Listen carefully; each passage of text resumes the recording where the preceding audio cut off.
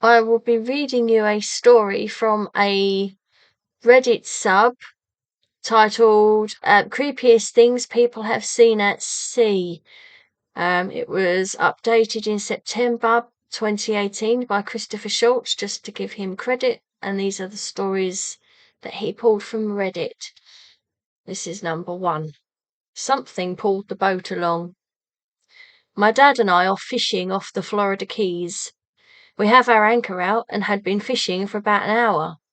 15 minutes later, the boat gets bumped and we rock a little bit. My dad jokingly said, "Looks like Jaws is after us. Better stay away from the edges."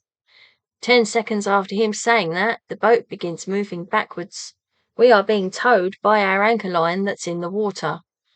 Whatever has it is now dragging the boat backwards slowly, getting faster, and our boat is getting pulled under too.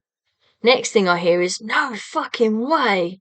as my dad drops his pole, runs from the front to the back, grabs a knife, and cuts the anchor line. After that, we decided that fishing was not in the cards that day.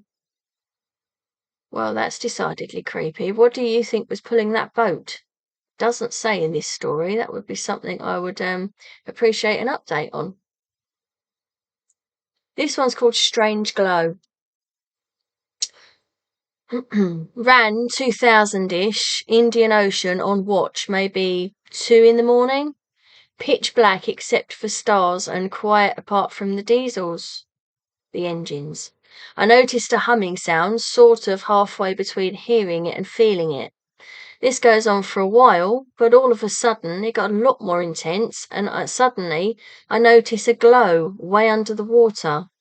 I thought it was the bioluminescence on a shark or whale or something, but it kept floating up and suddenly just shot off, maybe half a naught mile, taking the hum with it in about 1 or 2 seconds.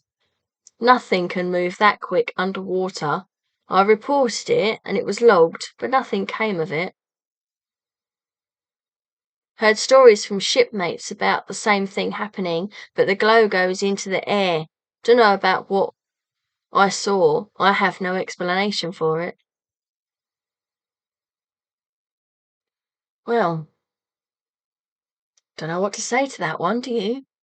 Number 3. 3 stories of monstrous catfish. I need some water, excuse my voice. I live by a dam on the Mississippi River in Iowa. The divers that have to go down and check the concrete always only go down once. After that, they're done. Just nope the fuck out. One guy I know did 2 tours in Iraq. He said it was nothing like that. Just freely be swimming along and all of a sudden, 3-foot mouth of a catfish just sitting there, waiting for something to swim by and into its hellhole. Water is always so murky that you can't see from end to end of it. I remember when I was a kid, you could snag for carp down there. My dad hit a 7-foot cat that weighed in at around 85 pounds, but we couldn't keep them, so we had to throw them back. Grandfather said similar things. He worked at a power plant right along the river, and they had divers who would routinely go under to patch things up for the power plant under the water. He said the majority of them went down once and never again after seeing the size of some of the catfish below, which they claimed could probably eat them. One of my art teachers in high school was also a diver, and often did dives in one of the lakes in Arkansas. He regaled us with tales of catfish the size of small cars. He also had photos of the towns and settlements that got abandoned and flooded when they made the lake. It's cool stuff. Well, if you provide pictures, we'll help you be the judge. Number 4. This one is called Knowing Some Large Predators Exist Out There. Ooh. I do a lot of night fishing off of South Carolina and Florida. I get a lot of fish that are bitten in half by sharks. Some of them had to have been very, very large.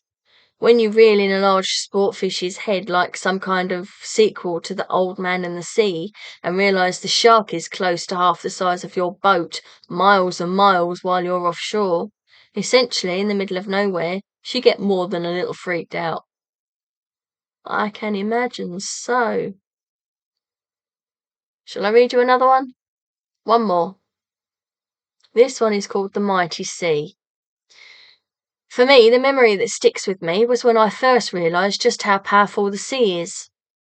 I was working on a boat in Japan on my way back into port after a 4-week swing, just sat in my cabin one evening watching a film on my laptop, when every now and again I noticed a bright flash from behind me.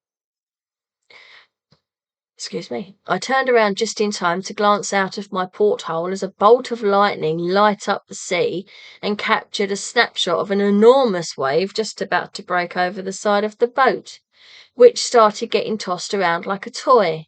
The boat's about 120 metres LOA, whatever that means. Certainly gave me the shivers anyway. What does LOA mean in relation to boats? Anyone enlighten me? That would be very kind of you. This is Laura signing off.